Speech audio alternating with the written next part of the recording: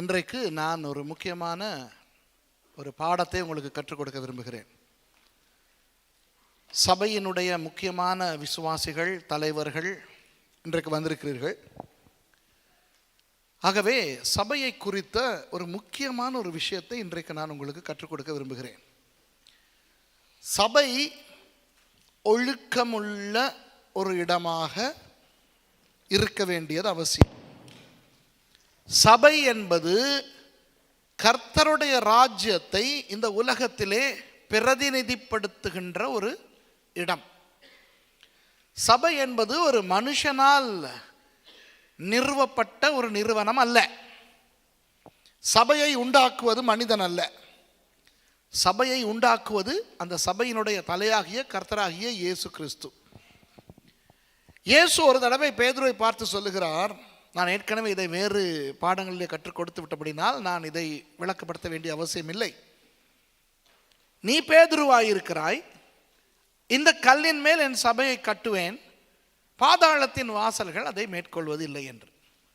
அப்போ பேதுருவை பார்த்து ஆண்டவர் சொல்லும் பொழுது, நீ கல்லாய் இருக்கிறாய் என்று அராமிய மொழியிலே கேஃபா, கிரேக்க மொழியிலே பெட்ரோஸ் என்றால் கூழாங்கல், சின்ன கூழாங்கல். நீ ஒரு கூழாங்கல்லாய் இருக்கிறாய், ஆனால் இந்த பெட்ராவின் மேல் என் சபையை கட்டுவேன் என்று அவர் சொல்லும் பொழுது தன்னை காட்டி பெட்ரா என்ற அந்த பர்வதத்தின் மேல் சபையை கட்டுவேன் என்று இயேசு சொல்லியிருக்கிறார். அப்போ சபை என்பது இயேசுவானவரால், இயேசுவானவர் மேல், இயேசுவானவரின் அடிப்படையாகிய தேவனுடைய வார்த்தையால் கட்டப்படுகின்ற ஒரு ஸ்தாபனம். சபை என்பது இயேசுவினுடைய மணவாட்டி. மணவாட்டி என்பவள் மணமகனுக்கு கொடுக்கப்படும் பொழுது கரை திரை அற்ற பரிசுத்த ஒரு பெண்ணாக கொடுக்கப்பட வேண்டும் என்பதுதான் நியதி. ஆகவே சபை பரிசுத்தமாய் இருக்க வேண்டும். சபையிலே பரிசுத்தம் பேணப்பட வேண்டுமானால் சபையிலே இருக்கக்கூடிய எல்லா அம்சங்களோடும் கண்டிப்பு, ஒழுக்கம் என்பனவும் இருக்க வேண்டும். உலகத்தவனே இப்படி சொல்லுகிறான், ஒழுக்கம் விழுப்பம் தரலான், ஒழுக்கம் உயிரினும் ஓம்பப்படும். எத்தனை பேருக்கு இது புரியுதோ தெரியல. நல்ல நேரம் ஃப்ரெஞ்சில் டிரான்ஸ்லேட் பண்ணலை. ஃப்ரெஞ்சில் சொல்ல வந்தால் இதெல்லாம் எப்படி சொல்கிறதுன்னு தெரியாது. ஒழுக்கம் விழுப்பம் தரலான், ஒழுக்கம் உயிரினும் ஓம்பப்படும். உலகத்தவனே சொல்லுகிறான் ஒழுக்கம் உயிரினும் மேலானது என்று. வேதத்திலே கிட்டத்தட்ட அப்படி ஒரு வசனம் இருக்கிறது. உயிருக்கு ஈர் என்றெல்லாம் இல்லை என்று. ஆனால் 1 கொரிந்தியர் 14 அதிகாரத்திலே இந்த தீர்க்க தரிசன வரம், அந்நிய பாஷை இவற்றையெல்லாம் பற்றி பேசிவிட்டு கடைசியிலே அந்த அதிகாரத்தை முடிக்கும் பொழுது பவுலடியார் அழகாக சொல்லுகிறார், சகலதும் நல்லொழுக்கமாயும் கிரமமாயும் செய்யப்பட கடவது என்று. இப்போ இன்றைக்கு நான் என்ன சொல்லிக் கொடுக்க போகிறேன் என்றால், சபையில் கண்டிப்பு அவசியமா? சபையில் கண்டிப்பு அவசியமா? சரியா? சபையில் ஒழுக்கம் இருக்க வேண்டும் என்றால் கண்டிப்பு அவசியம். இப்போ தமிழிலே கண்டிப்பு என்று சொல்லும் பொழுது உங்களில் சில பேர் என்னை பார்த்து கண்டியிலே இருந்து வந்திருக்கின்ற இந்த பூ என்று நீங்கள் சொல்லலாம். அந்த கண்டிப்பூவை பற்றி நான் பேசவில்லை. சரியா? கண்டிப்பு என்றால் பிடிக்காது, யாருக்குமே பிடிக்காது. பாடசாலையிலே கூட சாதாரணமாக சின்ன பிள்ளைகள் பாடசாலைக்கு போகும் பொழுது அவர்களுக்கு பிடிக்காத ஒன்று தான் இந்த கண்டிப்பு. நேரத்துக்கு வர வேண்டும், தவறு செய்தால் அடி, வீட்டு வேலை செய்யாவிட்டால் அடி, இப்படியெல்லாம் கண்டிப்பான ஆசிரியர்களை மாணவர்களுக்கு பார்த்தால் பிடிக்கவே பிடிக்காது. அதனால் இன்றைக்கு கண்டிப்பு உள்ள சபைகளிலே ஜனம் அதிகம் வர விரும்பாது. இன்றைக்கு நிரம்பி வழிகின்ற அநேக சபைகளை நீங்கள் பார்த்தீர்கள் என்றால், குறிப்பாக இந்த ஆங்கில சபைகள் அமெரிக்காவிலே, எப்படி பெரிய பெரிய நாடுகளில், சிங்கப்பூரிலே இந்த பெரிய நிரம்பி வழிகின்ற சபைகளை பார்த்தால் அவற்றில் கண்டிப்பெல்லாம் ரொம்ப குறைவாக இருக்கும். இன்றைக்கு டெலிவேஞ்சலிஸ்ட்ஸ் என்று சொல்லுகிறோமே, இன்றைக்கு ஆங்கில கிறிஸ்தவ தொலைக்காட்சிகளிலே தோன்றி லட்சக்கணக்கான ஜனங்களை கவர்ந்திழுக்கும் பிரசங்கிமாரனுடைய பிரசங்களை கேட்டால் அவற்றில் கண்டிப்பு இருக்காது. சரியா? பெயர்களை கூட நான் சொல்லலாம், ஆனால் அது சரியில்லை, ஒளிப்பதிவு செய்யப்படுகின்றபடினால்.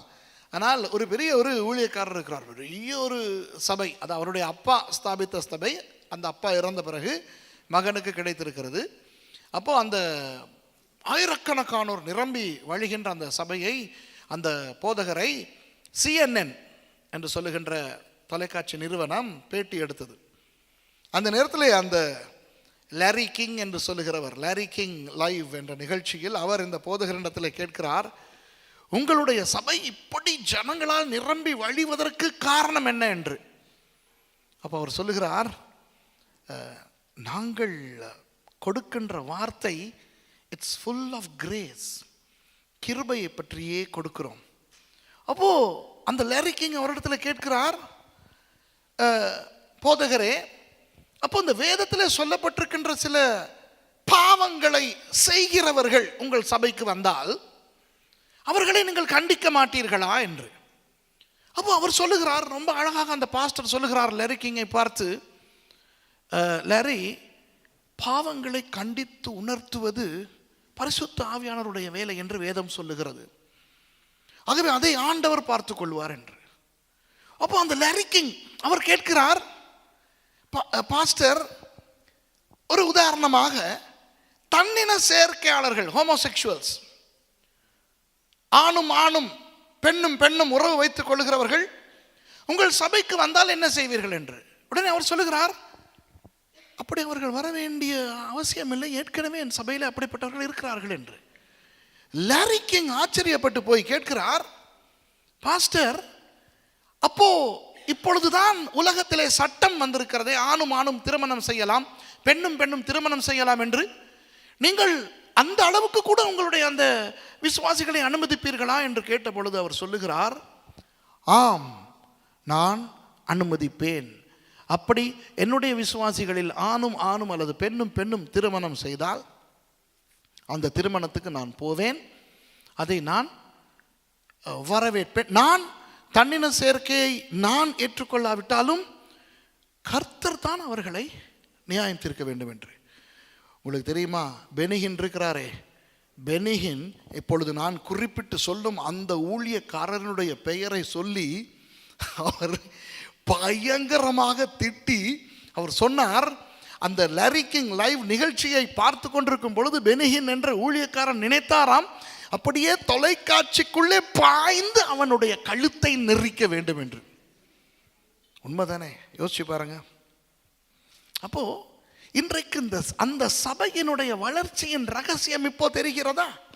நீ தன்னின சேர்க்கையாளனா பரவாயில்லை, வந்து இரு. நீ குடிகாரனா பரவாயில்லை, வந்து இரு. சபைக்குள்ளே நீ என்ன ஆட்டம் போட்டாலும் பரவாயில்லை, நீ சரியா தப்பா என்பதனை கர்த்தர் பார்த்து கொள்வார். லாரி கிங் கேட்கிறார் அவனிடத்தில், இப்படிப்பட்டவர்கள் எல்லாம் பரலோகம் போவார்களா இல்லையா?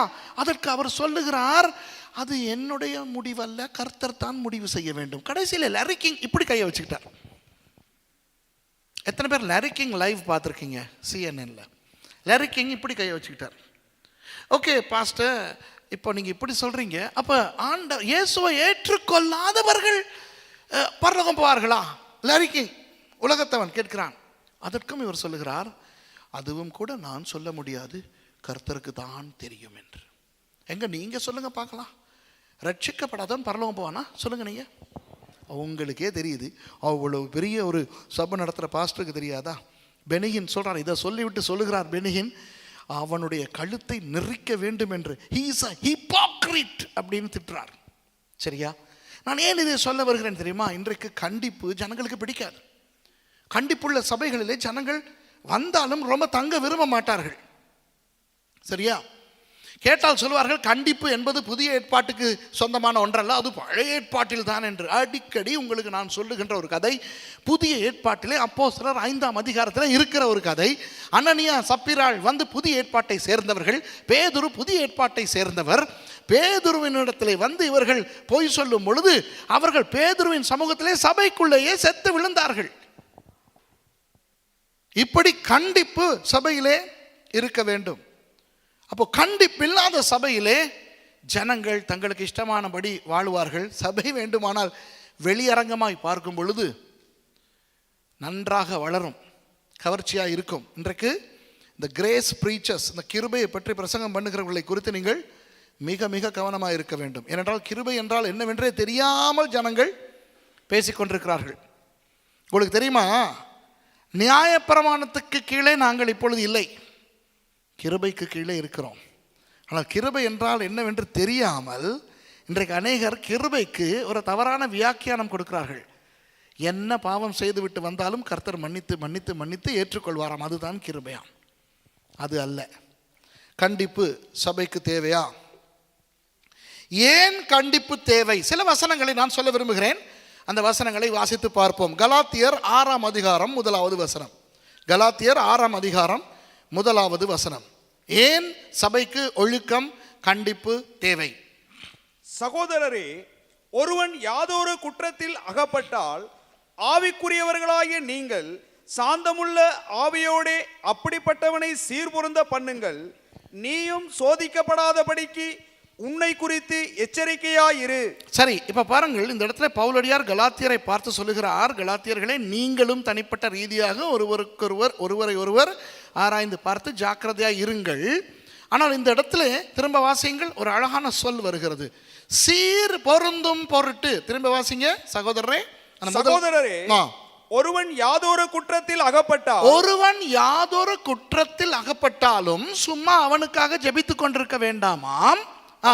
ஆவிக்குரியவர்களாகிய நீங்கள் சாந்தமுள்ள ஆவியோடே அப்படிப்பட்டவனை சீர்பொருந்த பண்ணுங்கள். பாருங்கள், ஒருவன் குற்றத்திலே அகப்பட்டு கொண்டிருந்தால் சாந்தமுள்ள ஆவியோடு அவனை என்ன செய்யுங்கள்? அந்த குற்றத்தை விட்டு வெளியே கொண்டு வாருங்கள். என்னத்துக்காக? சீர் பொருந்துவதற்காக. சபையிலே சீர் பொருத்தம் அவசியம். ரெஸ்டோரேஷன் என்ற ஆங்கிலத்தில் சொல்லுவார்கள். சீர் பொருந்துவது என்ற அந்த சொல்லினுடைய கிரேக்க பதத்தை நான் உங்களுக்கு விளக்கப்படுத்துகிறேன், கேளுங்கள்.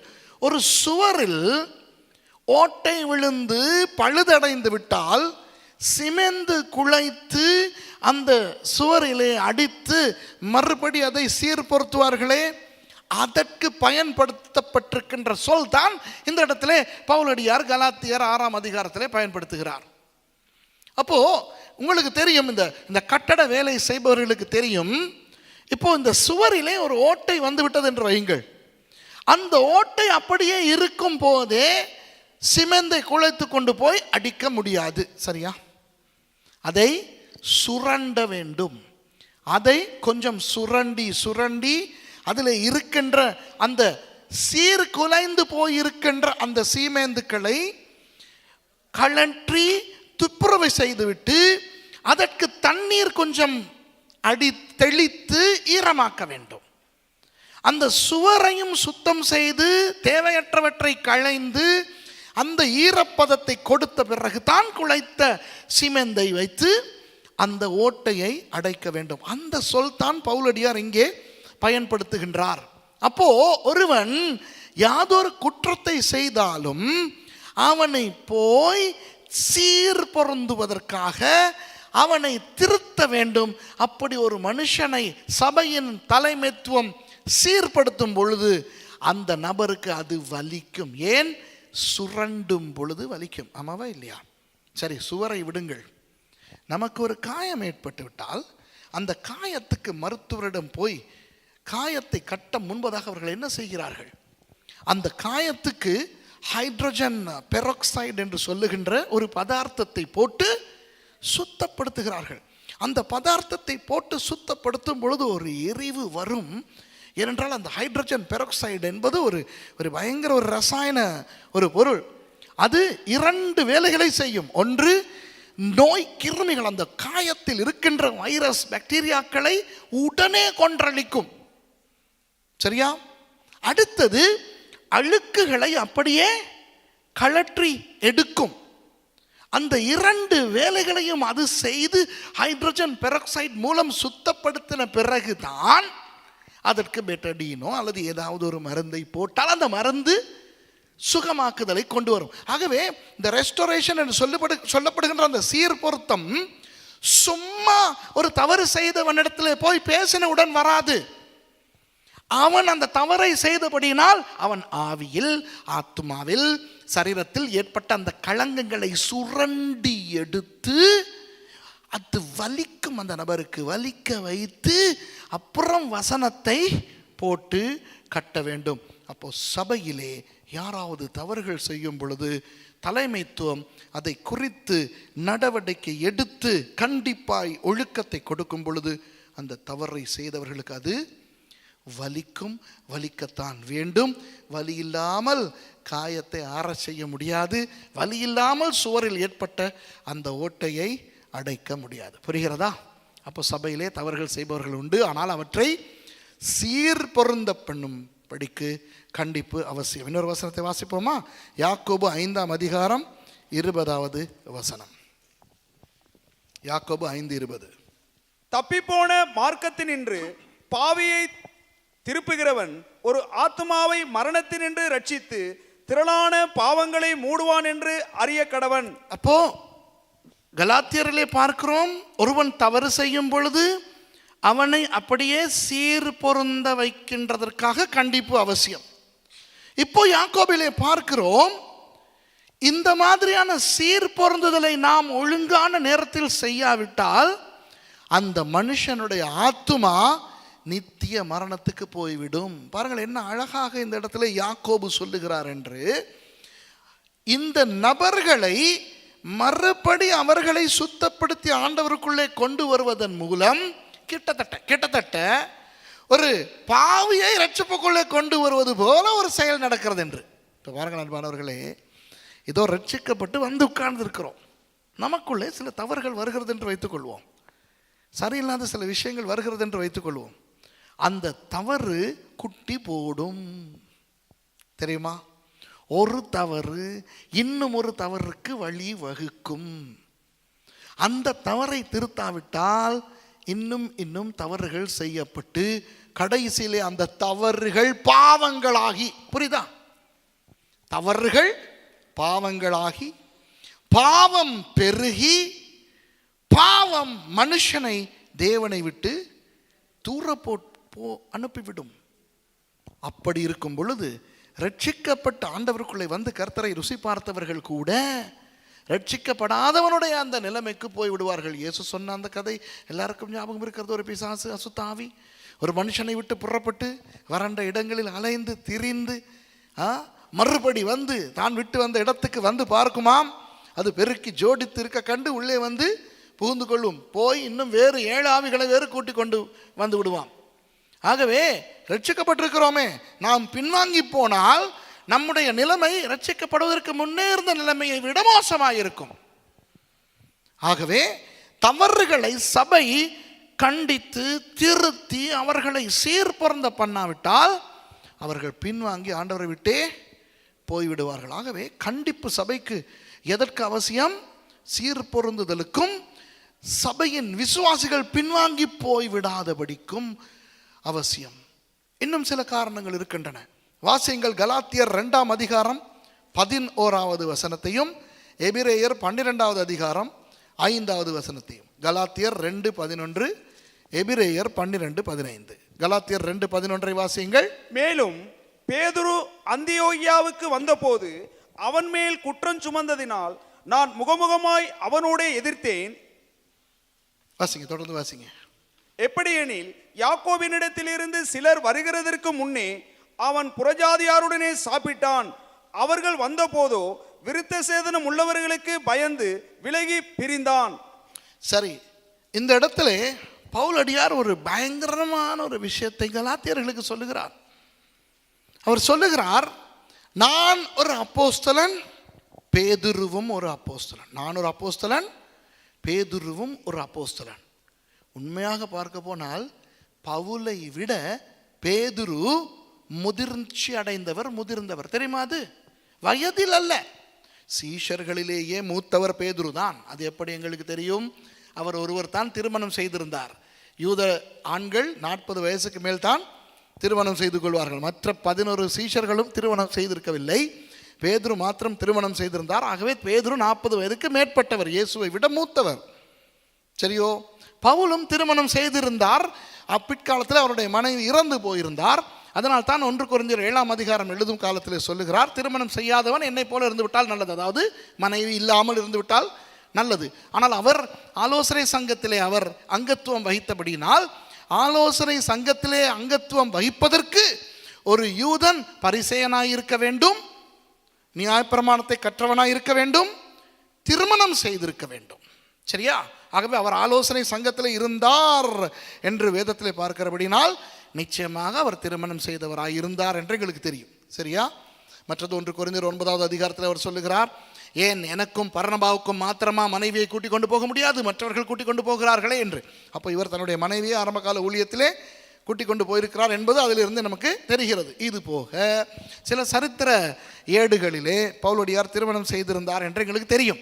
அப்போ பேதுருவை போல பவுல் கிட்டத்தட்ட ஒரே வயதுடையவராய் இருந்தாலும் பவுல் ரட்சிக்கப்படுவதற்கு முன்பே பேதுரு ஊழியத்தில் வந்து பிரசங்கம் செய்து தலைவராய் இருந்தவர்.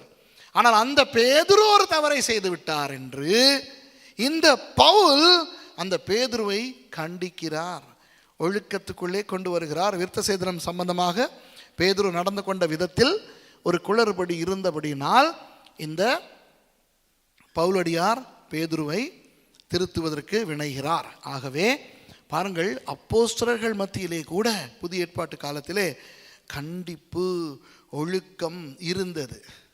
சரியா? பாருங்கள், அடுத்த ஒரு வசனம் எபிரேயர் 12:15. ஒருவனும் தேவனுடைய கிருபையை இழந்து போகாதபடிக்கும் யாதொரு கசப்பான வேர் முளைத்தெலும்பி 12:15 வாசிங்க. சரி. ஒருவனும் தேவனுடைய கிருபையை இழந்து போகாதபடிக்கும் யாதொரு கசப்பான வேர் முளைத்தெலும்பி கலக்கம் உண்டாக்குகிறதினால் அநேகர் தீட்டுப்படாதபடிக்கும். அடுத்த வசனத்தை வாசிங்க. ஒருவனும் வேசி கள்ளனாகவும் ஒருவேளை போஜனத்துக்காக தன் சேஷ்ட புத்திர பாகத்தை விற்று போட்ட ஏசாவை போல சீர்கட்டவனாகவும் இராதபடிக்கும் எச்சரிக்கையாயிருங்கள். பாருங்கள், இந்த 15வது வசனத்தில் சொல்லப்பட்டிருக்கிறது கண்டிப்பு இல்லாத விளக்கத்தை நான் சொல்லுகிறேன், நமக்கு நேரம் இல்லாதபடினா. ஒரு மனுஷனுக்குள் தவறு, பாவம், அசுத்தம் வந்துவிட்டால் சபைக்குள்ளே, அதை தெரிந்த உடனேயே தலைமைத்துவம் அந்த மனுஷனை திருத்த முயற்சிக்காவிட்டால் அது வேறு கொண்டு விடும். அதுதான் அந்த இடத்துல பயன்படுத்திருக்கின்ற அந்த சொல் வேர். வேருக்கு வியாதி வந்தால் என்ன நடக்கும் தெரியுமா? அது முழு மரத்தையுமே பாதிக்கும். சரியா? வேரை பூச்சி அரித்து விட்டால் அது மேலே உள்ள கிளை இலை வரை போகும். ஆகவே சபையிலே ஒழுக்கம் இல்லாவிட்டால் அந்த ஒழுக்கமின்மை, அந்த தவறு, அந்த பாவம் பரவும். ஆகவே கண்டிப்பு இல்லாத சபையில் பாவங்கள், அசுத்தங்கள் பரவும். பாருங்கள், 1 கொரிந்தியர் 5ஆம் அதிகாரம் 2ஆம் வசனத்தில் இருந்து ஒரு பயங்கரமான ஒரு விஷயம் இருக்கிறது. கொரிந்தியருடைய சபையிலே ஒரு கெட்ட கேவலமான ஒரு விஷயம் நடந்தது. என்னவென்றால், சபையிலே ஒரு விசுவாசி அவனுடைய மனைவி இறந்து விட்டதால் இவன் 2வது மனைவியை எடுக்கிறான். இவனுக்கும் முதல் மனைவிக்கும் ஒரு மகன் உண்டு. அந்த மகன் என்ன பண்ணுகிறான்? தன்னுடைய அப்பன் எடுத்த 2வது மனைவியோடு தகாத உறவு வைத்திருக்கிறான். சரியா? இப்போ பவுலடியார் இந்த நபரை குறித்து என்ன சொல்லுகிறார் என்று வாசிங்க. 1 கொரிந்தியர் 5வது அதிகாரம் 2வது வசனத்திலிருந்து வாசிங்க. இப்படிப்பட்ட காரியம் செய்த 1வது வசனத்திலிருந்து வாசிங்க. உங்களுக்குள்ளே விபச்சாரம் உண்டென்று பிரசித்தமாய் சொல்லப்படுகிறது. ஒருவன் தன் தகப்பனுடைய மனைவியை வைத்து கொண்டிருக்கிறானே, அது அஞ்ஞானிகளுக்குள்ளும் சொல்லப்படாத விபச்சாரமாய் இருக்கிறதே. இப்படிப்பட்ட காரியம் செய்தவனை நீங்கள் உங்களை விட்டு நீக்காமலும் துக்கப்படாமலும் இருமாப்படைந்திருக்கிறீர்கள். உங்களை விட்டு நீக்காமல் வைத்துக் கொண்டிருக்கிறீர்கள். சபை ஒழுக்கத்திலே அன்பானவர்களே, சபை கண்டிப்பிலே இந்த மாதிரியான விஷயங்கள் நடைபெறும் பொழுது அந்த நபர்களை வைத்து கழுவி சுத்தம் பண்ணி திருத்தி கொண்டிருக்க முடியாது. சில விதமான பாவங்களை திருத்தி கழுவி சுத்தம் பண்ணி வைத்து கொண்டிருக்க முடியாது. இதோ புதிய ஏற்பாட்டிலே தான் வாசிக்கிறோம். இது என்னாகமம் புத்தகத்திலே இருந்து வாசிக்கவில்லை. இது கொரிந்தியர் புத்தகத்திலே, கொரிந்தியர் புத்தகம் புதிய ஏற்பாட்டிலே தான் இருக்கிறது. சரியா? புதிய ஏற்பாட்டிலே தான் அனனியா சப்பீரால் கதை நடந்தது. ஒரு வேளை இந்த சீயோன் சுவிசேஷ சபையிலே அனனியா சப்பீராளுடைய சம்பவம் நடந்திருந்தால் என்ன ஆகியிருக்கும்? பாஸ்டர் ஆபேல் தான் பாஸ்டர் பேதுரு. சரியா? அனனியா என்ற ஒரு விசுவாசி தசம பாகத்திலே ஒரு வஞ்சகத்தை செய்து விட்டான். ஒரு ஞாயிறு ஆராதனையின் போது பாஸ்டர் ஆபேல் அந்த மனுஷனை முன்னே கொண்டு வந்து கேட்கும் பொழுது அவன் செத்து விடுகிறான். உங்களுக்கு தெரியுமா, முழு கிறிஸ்தவ உலகமும் இந்த சீயோன் சுவிசேஷ சபையை கேவலப்படுத்தும். பாஸ்டர் ஆபேலினுடைய பெயரை பத்திரிகையிலே போடுவார்கள், யூடியூபிலே போடுவார்கள், இன்டர்நெட்டிலே போடுவார்கள். இந்த கேவலமான ஒரு ஊழியக்காரன் ஏதோ செட்டப் செய்து முதலிலேயே பாஸ்டர் நந்தன் உள்ளே வைத்து தேநீர் கொடுக்கும் பொழுது விஷத்தை கொடுத்திருக்கிறார். சரியா? ஆகவே சரியான நேரத்தில் இந்த நேரத்திலே அவன் சாவான் என்று அவர்கள் திட்டம் போட்டு கணக்காக இப்படி அவர் செய்து அந்த அனனியா என்ற அப்பாவி செத்து விழுகிறான். பிற்பாடு வந்த மனைவியும் அந்த இடத்திலே செத்து விழுகிறார்கள். சரியா? என்று கேவலப்படுத்த மாட்டார்களா? யோசித்து பாருங்கள், சொல்லுங்க பார்க்கலாம். பேதுரு இந்த காலத்தில் இருந்திருந்தால் அப்போஸ்தலர் 5க்கு பிறகு அந்த மனுஷனுக்கு சுவிசேஷம் அறிவித்திருக்க முடியுமா? ரோம அரசாங்கம் அல்ல, கிறிஸ்தவனே அந்த மனுஷனை ஊழியம் செய்ய விட்டிருக்க மாட்டார்கள். சரியா? அதே போல இந்த 1 கொரிந்தியர் 5ஆம் அதிகாரத்தை இதே பாஸ்டர் ஆபேல் இலங்கையிலே இருந்து ஒரு கடிதம் மூலமாக அவர் அந்த அவருடைய விசா காரியத்துக்காக போயிருக்கும்போது இங்கே இந்த மாதிரி ஒரு சம்பவம் நடந்து பாஸ்டர் பரம், பாஸ்டர் நந்தன், பாஸ்டர் சோமரி எல்லாம் சொல்கிறாங்க, இப்படி ஒரு சம்பவம் நடந்துருச்சு, தண்ட அப்பனுடைய 2வது மனைவியோட ஒருத்தர் இருந்து மாட்டிக்கிட்டான், என்ன செய்கிறது பாஸ்டர்னு. உடனே பாஸ்டர் ஆபேல் லெட்டரில் அனுப்புகிறாரு, அவனை சர்ச்சில் வச்சிருக்கிறத விளக்கு அப்படின்னு. என்னத்துக்கு ஆகும்? யோசிங்க பாப்பா, என்னத்துக்கு ஆகும்? இதெல்லாம் ஒரு ஊழியக்காரனா? எங்கே கிருபை? என்ன மற்ற பாவம் எத்தனை பேர் ரகசியமாக பாவம் செஞ்சு தப்பி இருக்கிறான். பாவம் ஒருத்தன் மாட்டிக்கிட்டோன்னா அவனை பிடிச்சி சர்ச்சை விட்டு வெளியே அனுப்ப பார்க்குறாங்க. பேசுவாங்களா இல்லையா? பவுல் அதைத்தான் இங்கே செய்கிறார். அவர் சொல்லுகிறார், அவனை வெளியே அனுப்பாமல் இன்னும் வைத்து கொண்டிருக்கிறது என்ன என்று சொல்லி. அதற்கு பிறகு பவுல் ஊழியம் செய்யவில்லையா? செய்தார். ஏன்? சபை என்பது ஒரு தூய்மையான கன்னிகை. சபை என்பது பரிசுத்த ஆவியானவரால் தயார்படுத்தப்படும் இயேசுவின் மனவாட்டி. அப்போ இந்த மாதிரியான களங்கங்கள், சில களங்கங்கள், சில பாவங்கள் சபையினர் வைத்திருப்பதற்கு அனுமதி கொடுக்க முடியாது. வேதத்தில் இருக்கிறது, இவனை வெளியே போடுங்கள் என்று சொல்லி. 1 தீமோத்தேயு 5:20. 1 தீமோத்தேயு 5:20. மற்றவர்களுக்கு பயமுண்டாக்கும் படி பாவம் செய்தவர்களை எல்லாருக்கும் முன்பாக கடிந்து கொள் என்ற தெய்வமே. இது 2 ராஜாக்கள் இருந்தா வாசிச்சிங்க. நீதிமொழிகளோ பிரசங்கின்னு நினைக்கிறேன். என்ன இது? எங்க இருக்குது? எந்த புத்தகம் இது? 1 தீமோத்தேயு. ஐயோ, இதெல்லாம் வசனத்தில் காண்றதே இல்லையா நம்ம ஆளுங்க? உங்களுக்கு தெரியுமா, சில நேரம் சிலருக்கு ஒழுங்காக அவர்களுக்கு சொல்லி அவர்கள் கீழ்ப்படியவில்லை என்றால் சபைக்கு சில பேருடைய தவறுகள் அறிவிக்கப்பட வேண்டும். இது தீமோத்தேயு புத்தகத்தில் இருக்கிறது. பெரிய பாஸ்டர் பவுல் சின்ன பாஸ்டர் தீமோத்தேயுக்கு சபை நடத்துவதற்குரிய போதக நிருபங்களை எழுதுகிறார். அதுதான் 1 தீமோத்தேயு 2 தீமோத்தேயு. அதிலே 1 தீமோத்தேயுல இவர் இப்படி ஒரு கதையை சொல்லுகிறார். மற்றவனுக்கும் என்ன வர வேண்டுமாம்? பயம் வர வேண்டும். இப்போ இன்று இந்த 21ஆம் நூற்றாண்டிலே ஒரு பாஸ்டர் மேடையிலே இருந்து யாராவது ஒரு நபரை குறித்து இப்படி ஒரு அறிவித்தல் கொடுக்கிறார் என்று வைத்துக்கொள்வோம். என்ன? இந்த குறிப்பிட்ட நபர் ஒரு பாவம் செய்தார், அவரை ரகசியமாக அவருடைய காரியாலயத்துக்கு கூப்பிட்டு அவரை எச்சரித்தோம், அவர் கேட்கவில்லை. 2-3 சாட்சிகளோடு அவரோடு பேசினோம், அவர் கேட்கவில்லை. இலங்கையிலிருந்து வருகின்ற பாஸ்டர் சுரேஷையும் வைத்து பேசினோம், அவர் கேட்கவில்லை. கடைசியாக அவர் வீட்டுக்கு போய் அவருக்கு பேசி எச்சரித்தோம், அவர் கேட்கவில்லை. இவ்வளவும் செய்தும் அவர் கேட்காதபடினால், விசுவாசிகளே, இந்த நபரனுடைய இந்த தவறை இப்பொழுது சபைக்கு அறிவிக்கிறோம். இவர் தேவனுடைய வார்த்தைக்கு கீழ்ப்படியாமல் இந்த பாவத்தில் இருக்கிறார். இப்படி இந்த இடத்துல சொல்லப்பட்டால் சபை என்ன செய்யும் தெரியுமா? அந்த ஊழியக்காரனை கிளி கிளி கிளி என்று கிளிக்கும். சரியா? எல்லாம் பேசிக்கிறாங்க, இதெல்லாம் ஒரு சபை, இதெல்லாம் ஒரு ஊழியக்காரன். பவுலடியார் என்ன தெரியுமா சொல்லுகிறார்? இப்படி ஒரு தண்டனை கொடுத்தால் மற்றவர்களுக்கு பயம் வர வேண்டுமாம்.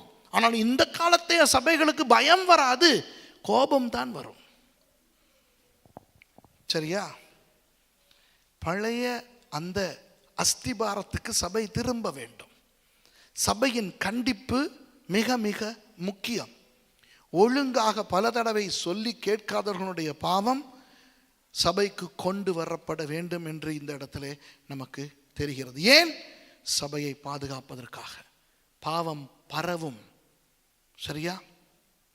ரோமர் 2:24 வாசிங்க.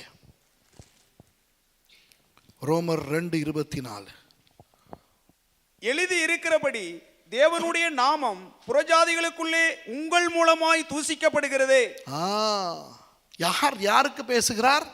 ரோமாபுரி சபைக்கு பவுலடியார் பேசுகிறார். என்ன சொல்லுகிறார்? உங்கள் மூலம் புறஜாதிகள் மத்தியிலே தேவனுடைய நாமம் தூஷிக்கப்படுகிறது. அன்பானவர்களே, இன்றைக்கு நான் ஒரு சில விஷயங்களை உங்களுக்கு சொல்லும் பொழுது உங்களுக்கே தெரியும். இன்றைக்கு கிறிஸ்தவர்கள் என்று சொல்லுபவர்கள் சம்பந்தமாக உலகம் நல்ல பெயர் வைத்திருக்கிறதா, நல்ல நோக்கம் வைத்திருக்கிறதா, இல்லை என்றால் கெட்ட நோக்கம் வைத்திருக்கிறதா? நீங்களே சொல்லுங்க பார்க்கலாம். இப்போது உண்மையாக சொல்லுகிறேன், நான் ரட்சிக்கப்பட்டது 1979 ஆண்டில்.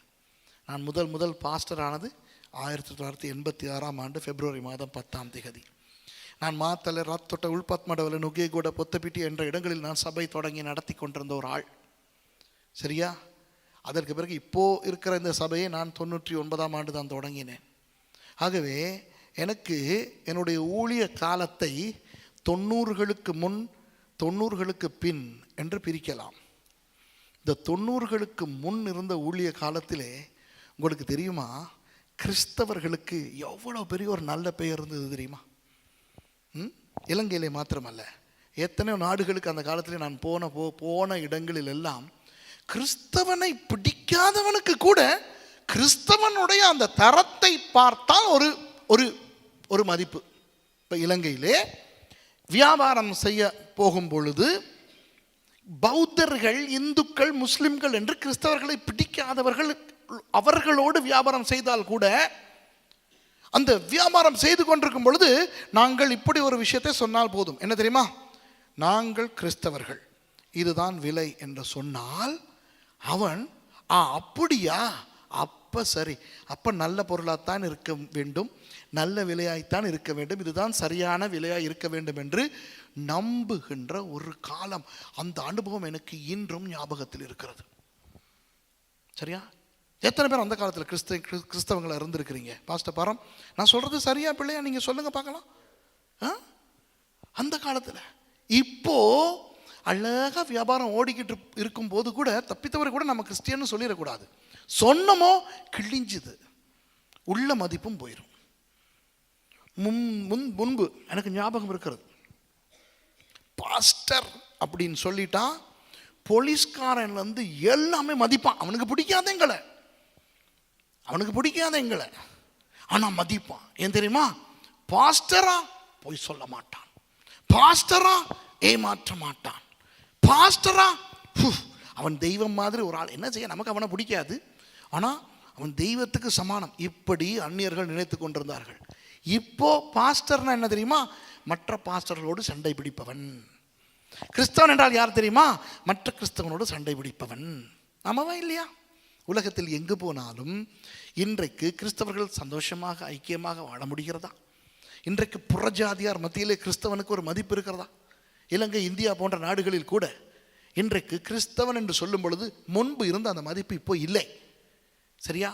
முன்பு இருந்த அந்த பயம் இப்பொழுது ஜனங்களுக்கு இல்லை. அப்போ பவுலடியார் இதைத்தான் ரோமாபுரியனருக்கு சொல்லுகிறார், புறஜாதியார் மத்தியிலே உங்களுடைய பெயர் கெடுகிறதே. ஆகவே அன்பானவர்களை ஒன்றை சொல்லுகிறேன், கேட்டுக்கொள்ளுங்கள். இந்த உங்கள் சபையை வெளியாள் பார்த்து கொண்டுதான் இருக்கிறான். இந்த சபைக்குள்ளே வாழுகிறவர்கள் என்ன பண்ணுகிறார்கள், நல்ல வேலைகள் அவர்களுக்கு தெரிகிறதோ இல்லையோ, சபையிலே ஒரு ஆள் ஏதாவது ஒரு தவறு செய்து விட்டால் அது வெளியாளுக்கு போகத்தான் போகிறது. ஆகவே புறஜாதியார் மத்தியிலே சபை மூலம் கர்த்தருடைய நாமம் கெடுகிறபடியினால் கவனமாய் சபையிலே கண்டிப்பு இருக்க வேண்டும். உங்களுக்கு தெரியுமா, நீங்கள் ஏதாவது ஒரு தவறை செய்யுங்கள், உலகம் என்ன தெரியுமா கேட்கும்? நீங்கள் போகிற சர்ச்சில் இதுதான் சொல்லித்தரான்னு தான் கேட்கும். நீங்க வேலைக்கு போறீங்களே திங்கக்கிழமையில இருந்து வெள்ளிக்கிழமை வரைக்கும், நீங்க வேலைக்கு போற இடத்துல இதுதான் சொல்லி தரான்னு கேட்க மாட்டான். நீங்க எத்தனையோ பேரோட பழகுறீங்களே அவங்கெல்லாம் இதுதான் சொல்லி தரான்னு கேட்க மாட்டான். இந்த கிழமைக்கு ஒருக்கா போறீங்களே சர்ச், அதை இழுத்து ஓ சபையில் இதுதான் சொல்லி தராங்களோ தான் கேட்பான். நல்ல குணங்களை நீங்கள் காண்பீங்கள், ஒரு வனம் உங்களிடத்தில் வந்து கேட்க மாட்டான். ஓ இவ்வளோ நல்ல குணமெல்லாம் இருக்கிறது சபையிலே உங்களுக்கு இதெல்லாம் சொல்லி தருகிறா, கேட்கவே மாட்டான். சரியா?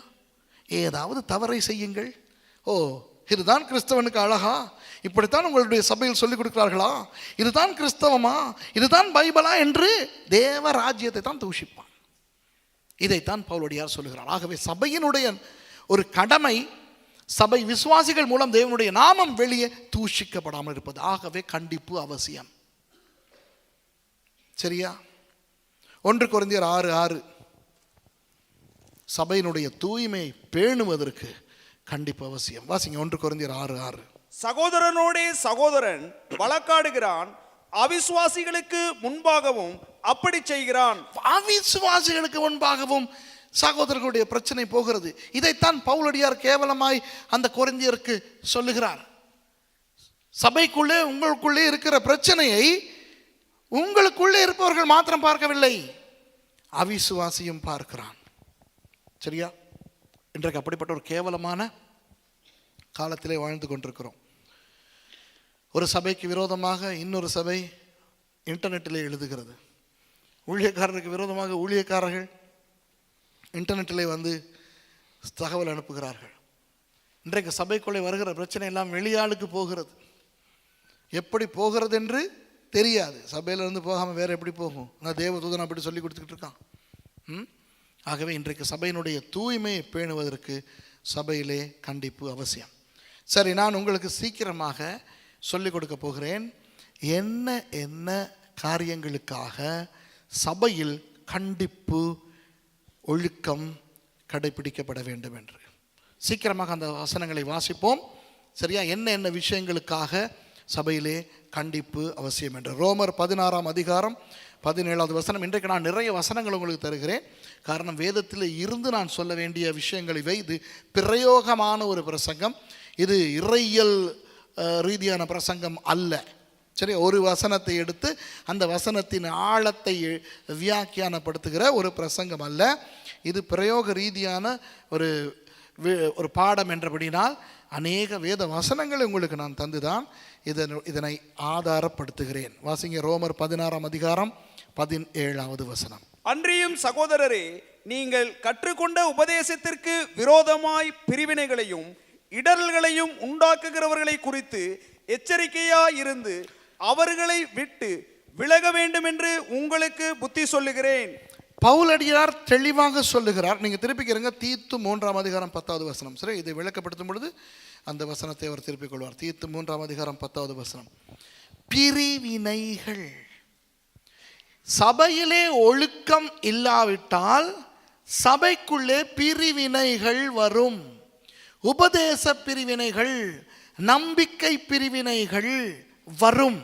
இப்போ பிரிவினை என்று சொல்லும் பொழுது நமக்கு தோன்றுவது ஒரு சபையை விட்டு பிரிந்து இன்னொரு சபைக்கு போவது, அல்லது ஒரு சபையை விட்டு பிரிந்து ஒரு கூட்டத்தை எடுத்துக்கொண்டு போய் இன்னும் ஒரு சபையை ஸ்தாபிப்பது.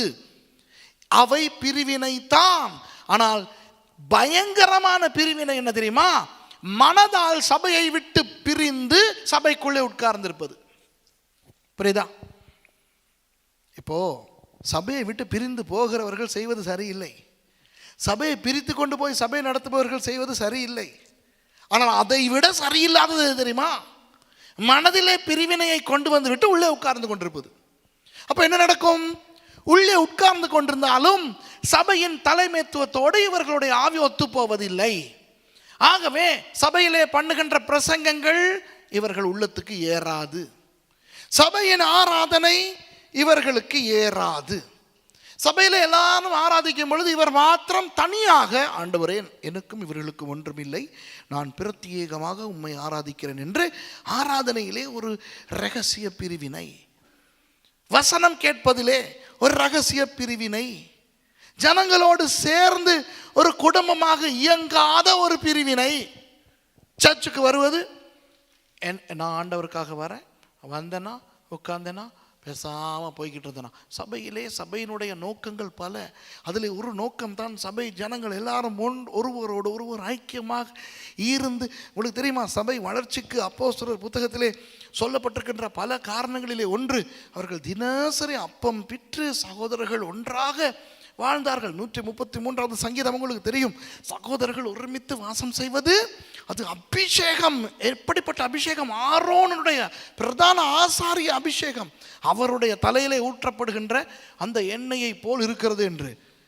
அப்படி இருக்க சில பேர் உள்ளத்தில் பிரிவினையை ஏற்படுத்தி கொண்டு, நான் உண்டு என் வேலை உண்டு, நான் வந்தேனா சபைக்கு ஆராதித்தேனா, நான் போனேன்னா யாரோடையும் பேச மாட்டேன், ஏன் யாருக்கும் என்னை தான் பிடிக்குது இல்லையே, எனக்கும் அவங்கள பிடிக்குது இல்லை என்று சொல்லி கொண்டிருக்கிறார்களே, இது சபைக்கு சரியில்லை. இப்படி பிரிவினை வரும்போது அவர்களை கண்டித்து அவர்களை சீர்படுத்த வேண்டும். பிரிவினை வாசிங்க, தீத்து 3:10. வேத புரட்டனாய் இருக்கிற ஒருவனுக்கு நீ 2 தரம் புத்தி சொன்ன பின்பு அவனை விட்டு விலகு. வேதத்தை புரட்டுகிறார்களே, அதற்கு விரோதமாக, வேதத்தை புரட்டுகிறவர்களுக்கு விரோதமாக கண்டிப்பு தேவை. மூல உபதேசத்தை புரட்டுகின்ற ஒரு பயங்கர கேவலமான ஒரு ஆவி அந்த காலத்திலிருந்து இந்த காலம் வரை இருக்கிறது. இப்போ அதிகமாக தலை விரித்து ஆடிக்கொண்டிருக்கிறது. நேற்று கூட பாஸ்டர் நந்தனுக்கு சிஸ்டர் எஸ்தருக்கெல்லாம் போட்டு காட்டினேன், எப்படியெல்லாம் புரட்டுறாங்கன்ட்டு. சரியா? சிரின்னு சிரித்தோம். எல்லாம் பெரிய ஆளுங்க. இந்த ஆளுங்க புரட்டுக்கு நம்ம சபைகளெல்லாம் புரண்டு ஓடிக்கிட்டு இருக்குது. ஆனால் பெரிய ஆளுகள் தானே. ஆயிரக்கணக்கான லட்சக்கணக்கான ஜனங்கள் இவர்களுடைய பிரசங்கங்களை கேட்கிறார்கள். தொலைக்காட்சியிலே வந்தவர்கள் பெரிய பெரிய காரியங்களை உள்ளறி கொண்டிருக்கிறார்கள். அப்போ சபை அவர்களை திருத்த முடியாது. இந்த சபையின் தலைமைத்துவத்துக்கு அவர்களை திருத்த முடியாது. ஆனால் இவர்களுடைய பொறுப்பு இந்த சபை. ஆகவே சபையிலே யாராவது வேத புரட்டுகின்றவர்களோடு சம்பந்தம் வைத்துக்கொண்டு வேத புரட்டர்களுடைய பிரசங்கங்களை கேட்டுக்கொண்டு வேதத்தை புரட்டி கொண்டு திரிவார்கள் என்றால் அவர்களுக்கு எதிராக சபையின் தலைமைத்துவம் நடவடிக்கை எடுக்க வேண்டும். பாருங்கள், இது யாருக்கு சொல்வது தெரியுமா? தீத்து என்று சொல்லுகின்ற ஒரு சபை தலைவனுக்கு, ஒரு பாஸ்டருக்கு, அவருடைய பெரிய பாஸ்டராகிய பவுல் சொல்லுகிறார். சரியா? 1 தீமோத்தேயு 2 தீமோத்தேயு தீத்து என்ற 3 நிருபங்களும் போதக நிருபங்கள். அப்போ ஒரு போதகருக்கு சொல்லப்படுகிறது, வேத புரட்டக்காரனாய் இருக்கின்ற ஒருவனுக்கு 2 தரம் புத்தி சொல்லி விட்டு அவன் திருந்தவில்லை என்றால் நீ என்ன செய்? அவனை விட்டு விலகு. ஆகவே சபையிலே வேத புரட்டல்கள், பிழையான உபதேசங்கள் வந்தால் அவற்றுக்கு எதிராக நடவடிக்கை எடுக்கப்பட வேண்டும். பிரிவினைகளுக்கு எதிராக, வேத புரட்டல்களுக்கு எதிராக சபையில் கண்டிப்பு நடவடிக்கை எடுக்கப்பட வேண்டும். பொறுக்கக்கூடாது. பொறுத்தால் சபை நாசமாய் போய்விடும். 1 கொரிந்தியர் 5ஆம் அதிகாரம் 1வது வசனம் முதலிலே வாசித்து விட்டோம். விபச்சாரம், வேசித்தனம் சபைக்குள்ளே வந்தால் அதற்கு விரோதமாய் சபை நடவடிக்கை எடுக்க வேண்டும். புரியுதா? எப்படிப்பட்ட நடவடிக்கை என்று ஏற்கனவே வாசித்தோம். இந்த 5ஆம் அதிகாரம் 1வது வசனம் என்ன சொல்லுகிறது? அவனை நீங்கள் இன்னும் வைத்திருக்கிறீர்களே. விபச்சாரம் செய்கிறவர்களை சபையிலே வைத்திருக்கிறீர்களே, இதைத்தான் அவர் கேட்கிறார். சரியா? இப்போ யாராவது சபையில் விபச்சாரம் செய்கிறார்கள் என்று தெரிந்த உடனே அவர்களை வெளியே தூக்கி வீச சொல்லவில்லை வேதம். அவர்களை போய் பேசி அவர்களை அந்த பாவத்தை விட்டு வெளியே கொண்டு வர வேண்டும், ரகசியமாக கொண்டு வர வேண்டும். சரியா? இப்போ நான் வேதாகம கல்லூரி நடத்துகின்றேன், சபை நடத்துகின்றேன், எத்தனையோ பாஸ்டர்மாருக்கு நான் தலைமை பாஸ்டராக இருக்கிறேன். நான் எத்தனை பேரை எப்படிப்பட்ட பாவங்களிலிருந்து வெளியே கொண்டு வருகிறேன் என்று சில நேரம் மேசிக்க கூட தெரியாது. சரியா? என்றால் இதெல்லாம் ரகசியமாக பேணப்பட வேண்டிய விஷயங்கள். சில நேரம் சில பேருக்கு அறிவில்லாமல் வேலை செஞ்சிடுவாங்க. ஒரு பிரபலமான ஒரு தீர்க்கதரிசியை நான் ஆரம்ப கால என்னுடைய ஒரு சபைக்கு நான் கொண்டு போயிருந்தேன். சரியா? நல்ல தீர்க்கதரிசன வரம் இருக்கு அவருக்கு. அப்போ ஒரு மனுஷனுக்கு அவர் கையை வச்சு பப்ளிக்கில் ஜெபிச்சுக்கிட்டு இப்படி சொல்லிவிட்டார், சொல்லியிருக்கிறேன்னு நினைக்கிறேன் இந்த கதையை. பொத்தப்பட்டியருங்கிற இடத்துக்கு கூட்டிகிட்டு போயிருந்த ஒரு ஊழியக்காரர், அவர் சொல்லிட்டார், தம்பி நீ விபச்சாரத்துக்குள்ளே இருக்கிறாய், கர்த்தர் உன்னை மனம் திரும்ப சொல்லுகிறார். அந்த பையன் அழுன்னு அழுது முழங்காலில் உளுந்து மன்னிப்பு கேட்டு அவன் ஆண்டவருக்குள்ளே திருந்திட்டான். பொண்டாட்டி இவனை ஒதுக்கி வச்சிருச்சு. அன்னைக்கு தான் பொம்பளைக்கு தெரியும் தான் புருஷன் விபச்சாரம் பண்ணியிருக்கிறான்ட்டு. சரியா?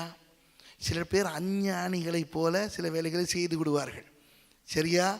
அந்த மனுஷனுக்கு அதுக்கு பிறகு சமீபத்தில் கூட அந்த மனுஷனை கண்டேன், பொஞ்சாதியோட நல்லாவே இல்லை, இணைஞ்சி இல்லை அவங்க.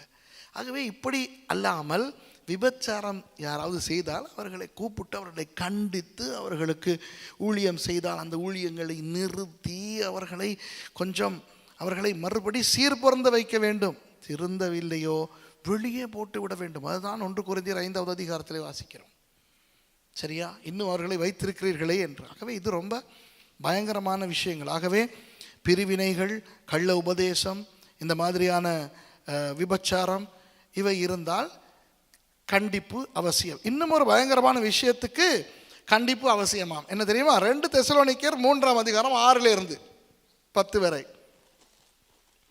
2 தெசலோனிக்கேயர் 3ஆம் அதிகாரம் 6லிருந்து 10 வரை வாசிங்க சீக்கிரம். இப்பொழுது தீமோத்தேயு உங்களிடத்திலிருந்து எங்களிடத்தில் வந்து உங்கள் விசுவாசத்தையும் அன்பையும் குறித்தும் நீங்கள் எப்பொழுதும் எங்களை பட்சமாய் நினைத்து கொண்டு நாங்கள் உங்களை காண வாஞ்சையாய் இருக்கிறது போல நீங்களும் எங்களை காண வாஞ்சையாய் இருக்கிறீர்கள் என்பதை குறித்தும் எங்களுக்கு நற்செய்தி சொன்னதினாலே சகோதரரே. அதுதான் நானும் பார்க்குறேன், என்ன பிரச்சனை? 2 தெசலோனிக்கேயர் 3ஆம் அதிகாரம். அவன் தன் காலத்திலே வெளிப்படும்படிக்கும் 2 தெசலோனிக்கேயர் 3:6. மேலும் சகோதரரே, எங்களிடத்தில் ஏற்றுக்கொண்ட முறைமையின்படி நடவாமல் ஒழுங்கற்று நடக்கிற எந்த சகோதரனையும் நீங்கள் விட்டு விலக வேண்டும் என்று நம்முடைய கர்த்தராகிய இயேசு கிறிஸ்துவின் நாமத்தினாலே உங்களுக்கு கட்டளையிடுகிறோம். வாசிங்க, தொடர்ந்து வாசிங்க. இன்னவிதமாய் எங்களை பின்பற்ற வேண்டும் என்று நீங்கள் அறிந்திருக்கிறீர்களே. நாங்கள் உங்களுக்குள்ளே ஒழுங்கற்று நடவாமலும் ஒருவனிடத்திலும் இலவசமாய் சாப்பிடாமலும் உங்களில் ஒருவனுக்கும் பாரமாய் இராதபடிக்கு இரவும் பகலும் பிரயாசத்தோடும் வருத்தத்தோடும் வேலை செய்து சாப்பிட்டோம். அப்ப என்ன தெரியுமா பவுலடியார் சொல்லுகிறார்? எங்களை போல நடந்து கொள்ளாதவர்களை விட்டு விலகுங்கள் அப்படி என்று சொல்லிவிட்டு நாங்கள் எப்படி நடந்தோம் என்று காட்டுகிறார். என்ன தெரியுமா சொல்லுகிறார்?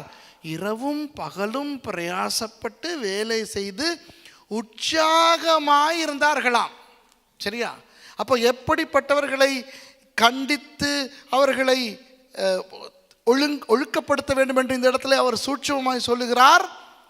சோம்பேறித்தனமாக ஒரு ஊழியமும் செய்யாமல் சும்மா இருப்பவர்களை. விளங்குதா? இந்த இடம் தெளிவாக நீங்கள் வாசித்து பார்த்தால் என்ன பவுலடியார் சொல்லுகிறார் தெசலோனிக்கே பட்டணத்தாருக்கு? உற்சாகமாய் ஆண்டவருடைய ஊழியத்தை செய்ய வேண்டும். சில பேர் சபையில் இருப்பார்கள் சோம்பேறிகள்.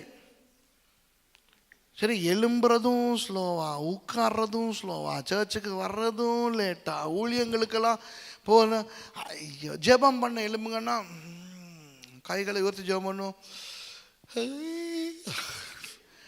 இப்படிப்பட்டதுகளை வச்சுக்கிட்டு சபை கட்ட முடியுமா?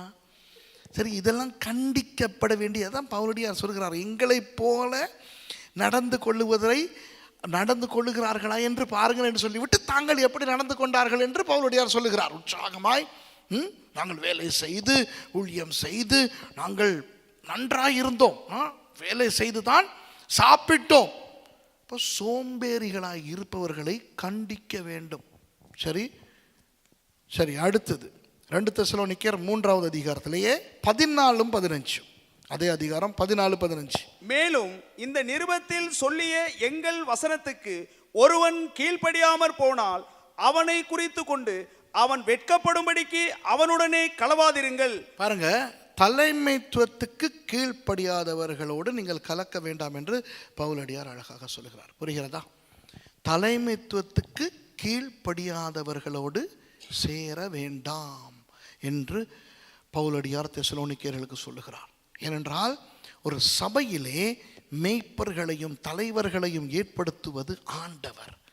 எங்களுக்கு அந்த தலைவர்களை பிடிக்கிறதோ இல்லையோ, அவர்கள் பேசுகிற சாயல் பிடிக்கிறதோ இல்லையோ, அவர்கள் உடுத்துகிற உடை பிடிக்கிறதோ இல்லையோ, அவர்களுடைய கட்டுக்கட்டுப்பு, அவர்களுடைய கண்டிப்பு, அவர்களுடைய பேசுகின்ற விதம், அவர்களுடைய பிரசங்க ஸ்டைல் பிடிக்கிறதோ இல்லையோ, கர்த்தர் ஒரு சபைக்கு தலைமைத்துவத்தை நியமித்து வைத்தால் அந்த தலைமைத்துவத்துக்கு அடங்கி இருப்பவர்கள் அந்த தலைமைத்துவத்துக்கு கீழ்ப்படிய வேண்டும். பவுலடியார் சொல்லுகிறார், அந்த தலைமைத்துவத்துக்கு கீழ்ப்படியாதவர்கள் வெட்கப்படத்தக்கதாக அவர்களை தனித்து விடு, அவர்களோடு இணையாதே. புரிகிறதா? இன்றைக்கு கிறிஸ்தவ சபைகளில் இருக்கிற ஒரு பயங்கர ஒரு வியாதி, ஒரு பலவீனம், தலைமைத்துவத்துக்கு கீழ்ப்படியாத தன்மை. ஆகவே இது வேதத்திலே கண்டிக்கப்பட வேண்டிய ஒரு குற்றமாக காட்டப்படுகிறது. இன்னும் 2 வசனங்களை வாசித்து நான் முடிக்கப் போகிறேன். 1 தீமோத்தேயு 1:20. 1 தீமோத்தேயு 1:20.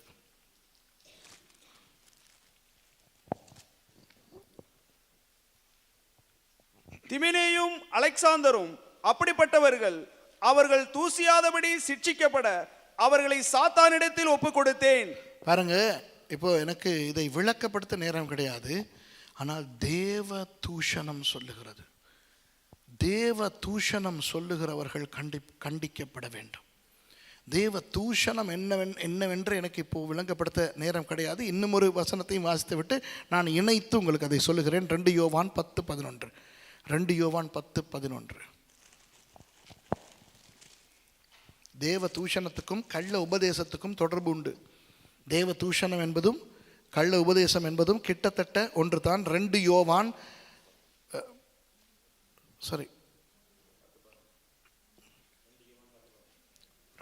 10 இருக்கா இல்லையே? 1:11 வாசிங்க. சரி, அதில் வாசிக்க நேரம் கிடையாது, நீங்கள் தேடி பார்த்துக்கிறீங்க.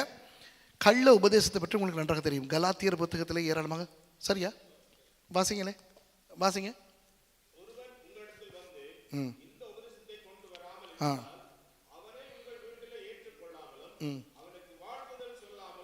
அதுதான் கள்ள உபதேசம். இந்த இடத்துல மாத்திரமல்ல, ஆமாம், கள்ள உபதேசம் கலாத்தியர் புத்தகத்தில் இருக்கிறது, கொலோசியர் புத்தகத்தில் இருக்கிறது, சரி, யூதா புத்தகத்தில் இருக்கிறது, யோவானுடைய நிருபங்களிலே இருக்கின்றன. இப்படி கள்ள உபதேசம் இருக்கிறது. இன்றைக்கு தேவ தூஷணம் சொல்லுகின்ற அநேகர் இருக்கிறார்கள். சொல்கிறேன், கேட்டுக்கிறேங்க. வேதத்துக்கு ஏற்ற விதமான தரிசனம் காணாதவர்கள். சில பேர் தரிசனம் கண்டு, சொப்பனம் கண்டு, தீர்க்க தரிசனம் உரைக்கும் பொழுது வேதத்துக்கு ஏற்ற விதமாய் அல்லாததை சொன்னால் அது சபையால் கண்டிக்கப்பட வேண்டிய ஒன்று. புரியுதா? புரியுதா? இப்போ சொப்பனங்கள் மூலம் கர்த்தர் பேசுவார், ஆமாவா இல்லையா? பேசுவார். தரிசனங்கள் மூலம் கர்த்தர் இன்னும் பேசுகிறார். தீர்க்க தரிசனங்கள் மூலம் கர்த்தர் பேசுகிறார். சரியா? சில நேரம் கர்த்தர் சில பேருக்கு காட்சி கூட கொடுக்கிறார். ஆனால் சிலவற்றை சில பேர் சொல்லும் பொழுது, அவர்கள் பொய்யாக சொல்லும்போது அவர்கள் கண்டிக்கப்பட வேண்டும். இப்போ உண்மையாக யாராவது ஒரு சொப்பனத்தை கண்டுவிட்டு வந்து அதை சொல்லும் பொழுது அவர்கள் நினைத்து, ஓ, இது ஆண்டவர் கொடுத்த சொப்பனம் தான் என்று தலைமைத்துவம் ஆராய்ந்து பார்த்து, இது ஆண்டவரால் கொடுத்திருக்க முடியாத ஒரு சொப்பனம் என்று சொன்னால் அதை விசுவாசிகள் ஏற்றுக்கொள்ள வேண்டும். எவ்வளவுதான் அதை நீங்கள் உண்மையாகவே நீங்கள் கண்ட சொப்பனம் உண்மையாக தேவன் கொடுத்தது தான் என்று நீங்கள் நினைத்தாலும், சபை தலைமைத்துவம் அப்படி அல்ல என்று சொன்னால் அதை நீங்கள் ஏற்றுக்கொள்ள வேண்டும். ஏனென்றால் இன்றைக்கு இந்த சொப்பனங்கள் தரிசனங்கள் எல்லாம் ரொம்ப கேவலமான முறையில் தேவ தூஷணமாய் மாறியிருக்கிறது. நேற்று நான் இவர்களுக்கு காட்டிய அந்த அந்த அந்த ஒலியின் அந்த அந்த வீடியோவில் இருக்கிறது. ஒருவர் பரலோகத்துக்கு போகிறாராம். பரலோகத்தில் மேசை போட்டிருக்குதான், பிதாவானவர் நாற்காலியில் உட்கார்ந்துருக்கிறாராம். இது உண்மையான ஒரு தரிசனமாக இருக்க முடியுமா? பிதாவை கொச்சப்படுத்துகிற மாதிரி இவர் போய் நிற்கிறான். நம்ம பயந்துக்கிட்டு பிதா அப்படி கையை நீட்டி இப்படி வான்னு கூப்பிட்டாராம். இந்த ஆள் பக்கத்துக்கு போனாராம். பிதாவானவர் அந்த பீட்டா கேசட்டை இப்படி இப்படி புரட்டி பார்த்துட்டு, பாவம் அவர் பார்த்தது இல்லை இல்லையா, யார்? சர்வ வல்லமை உள்ள பிதா அந்த டிவி ஸ்டேஷனுக்கு அனுப்புகிற பீட்டா கேசட் பார்த்தது இல்லை. சரி, இப்படி இப்படி பார்த்துட்டு இயேசுக்கிட்ட கொடுத்தாராம். இயேசு அதை பார்த்துட்டு இந்த ஆளுக்கு சொன்னாராம், உன் டிவி ப்ரோக்ராம் எல்லாம் ஹாலிவுட் ரேஞ்சில் இருக்குதுடா அப்படின்ட்டு. ஏன்னா அவர் ஹாலிவுட் படம் பார்த்துக்கிட்டு இருக்காரு தானே. விளங்குதா? இதெல்லாம் என்ன தெரியுமா? தேவ தூஷணங்கள். இதையெல்லாம் பார்க்கிற விசுவாசிகளும் இந்த நினைவிலேயே உறங்கும் போது இவர்களுக்கும் கனவு வரும். இவர்களும் பரலோகம் போனது போல கனவு காணுவார்கள். சரியா? இவர்களுடைய சொப்பனத்திலே நடிகன் வடிவேலு வந்து ஒரு நாட்காலையிலே அமர்ந்திருந்து புலிகேசியாக சிரிக்கும் போது பிதாவானவரே வந்து சிரிக்கிறது போல இருக்கும். அதுக்கு கையிலையும் காலையும் சேர்த்துக்கிட்டு ஜனங்களுக்கு இவங்க, நான் தரிசனம் கண்டனான், பிதாவானவரை கண்டனான், ஓ என்ன புல் அரித்தது. தேவ தூஷணம், தேவ தூஷணம். அப்படியே நீங்கள் சொப்பனம் கண்டு தரிசனம் கண்டு அதை தலைமைத்துவத்துக்கு வந்து சொல்லும் பொழுது அவர்கள் சொன்னால் இது வசனத்தின் படியான ஒரு தரிசனமாக இருக்க முடியாது என்று பேசாமல் அடங்கி கொண்டு போக வேண்டியதுதான். காணுகிற சொப்பனங்கள் எல்லாம் கர்த்தர் கொடுக்கிற சொப்பனங்களும் அல்ல, காணுகிற தரிசனங்கள் எல்லாம் உண்மையாக தரிசனங்களும் அல்ல. சொப்பனத்தின் மூலம் கர்த்தர் பேசுகிறார், தரிசனத்தின் மூலமும் கர்த்தர் பேசுகிறார். அதற்காக தேவ தூஷணம், கள்ள உபதேசம் இன்றைக்கு இவை மூலமாக சொல்லப்பட்டு கொண்டு வருகின்றபடினால் ரொம்ப ரொம்ப ரொம்ப கவனமாய் நாம் இருக்க வேண்டும். சரியா? அப்போ சபைக்கு கண்டிப்பு அவசியமா இல்லையா? ரொம்ப ரொம்ப அவசியம். கண்டிப்பு இல்லாத சபை என்னமாய் போய்விடும்? சீர்கெட்டு போய்விடும். ஒரு நல்ல தூய்மையான மனவாட்டியாய் இயேசுவானவருக்கு முன்னாக நிற்க முடியாமல் போய்விடும். ஆகவே அன்பானவர்களே, சபையின் தலைமைத்துவம் எந்த ஒரு காரியத்தை குறித்தாவது உங்களை கண்டித்தால், உங்களுக்கு ஆலோசனை வழங்கி அது உங்களை வலிக்க வைத்தால், உங்களை துக்கப்படுத்தினால் அதை சந்தோஷமாக எடுத்துக்கொள்ளுங்கள். ஏனென்றால் கண்டிப்பு வேதத்தின் படியானது, ஒழுக்கம் வேதத்தின் படியானது. கர்த்தர் தலைமைத்துவத்தை கொடுத்து அந்த தலைமைத்துவத்தின் மூலம் சபைக்கு கண்டிப்பை கொடுத்து நம்மை தூய்மைப்படுத்தி மனவாட்டியாகிய சபையை ஆயத்தம் பண்ணி கொண்டிருக்கிறார். கரை திரையற்ற ஒரு மனவாட்டியாக மணவாளனுக்கு எதிர்கொண்டு போவதற்கு. ஆமென்.